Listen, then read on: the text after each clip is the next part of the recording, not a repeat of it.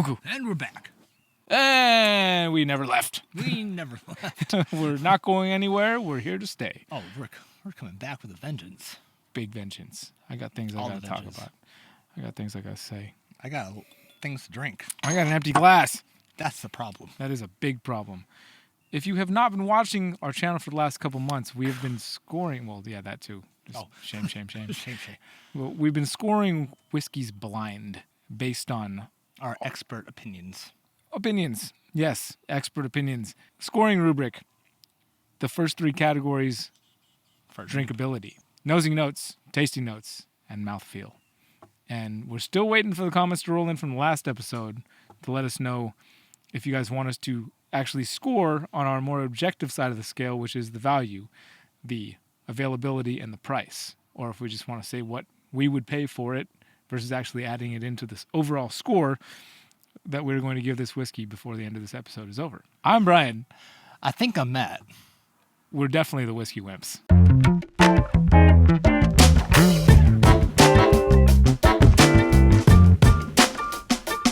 All right, dude, blind number 4. This one's nice, and I'm excited about this one just based on the color alone. This one's dark. I'm pouring. I'm with you on that one. I'm not going to waste any time on this one. Oh.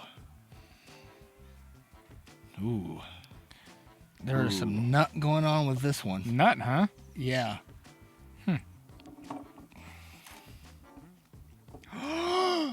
Woo. Man, there's some heat on that sucker. It's oaky. It's an oaky McOkerton nose.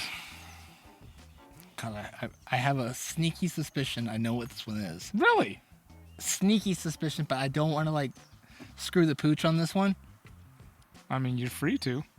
I know I'm free to, but I'm also don't want to make myself look like an ass and be wrong right away. It's fine. You're not going to know All right. until we actually figure out what the bottle is. I think this is an Old Forester. You think so? I think so. I don't. Man, there is a lot going on there. I'm getting a little bit of dark chocolate. I think you're getting better at this than me. As far as nosing? Mm-hmm. Thank you. Wow. That's it for me, folks. I'm out. There's this chocolate called Montezuma, and it's very, very dark. That I was going to say, it's a dark chocolate. Yeah, I'm talking it's like 95%. Cacao? Yeah. Mm-hmm. But then there's a sweetness as well. No, there's a sweetness too. I'm trying to get what that sweetness is. It's because I want to look past the caramel, past the molasses that's coming off of it. I'm trying to. There's another sweetness to it. I'm not getting what it is. I don't know if you are. Curious to hear Candied what dates, medjool dates, unpitted. Like a date shake. Just the date. Like Just when the you date. open up the package dates, it's all sticky. Mm-hmm. And the medjool dates, though, not the ones that are coming, not the dry ones, like the ones that are like soft and squishy and still have the pit in them, and they're like. I can see that. Yeah, they're really good. Yeah, especially if you drink some whole milk, you chew up the date and drink some whole milk with it and chew it at the same time.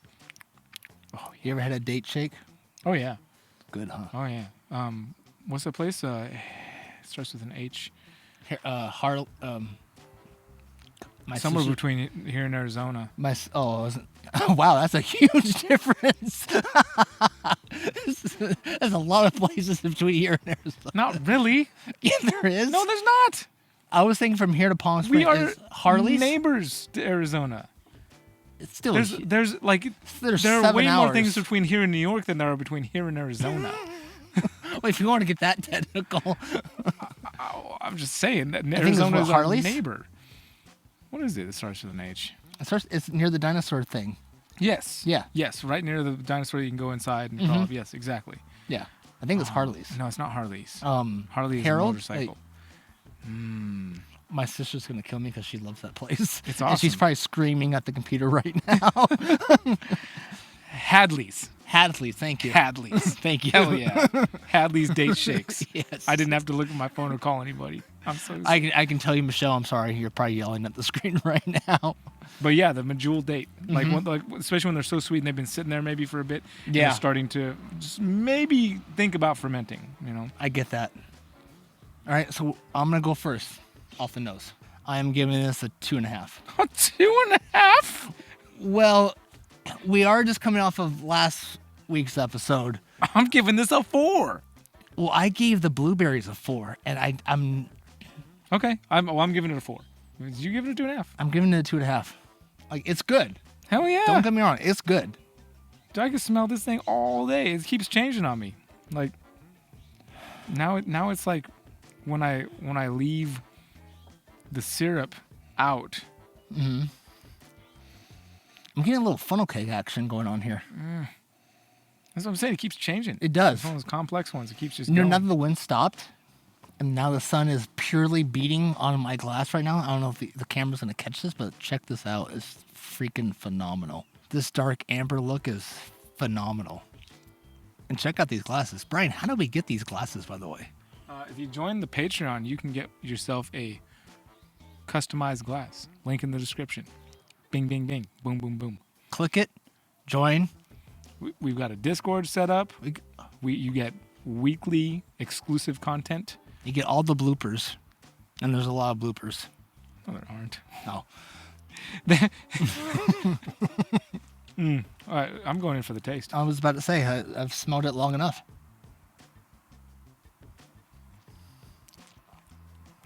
Okay, taste bumped up a notch for me. I think I know what this is. Sure. No, Yes. I'm not sure. Well, I went Old Forester. I know, but you're wrong.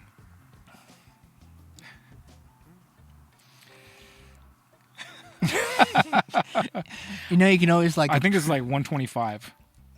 proof. Yeah.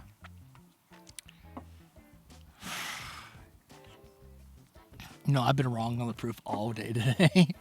I'm gonna go. You mean this month? I'm gonna go 120 again. Okay. I mean, now. I think this might be. Sure. Well, I said I think I know what it is, but I just Go for think. I think. I'm all yours. I think it might be the Woodford Reserve Batch Proof. I think maybe.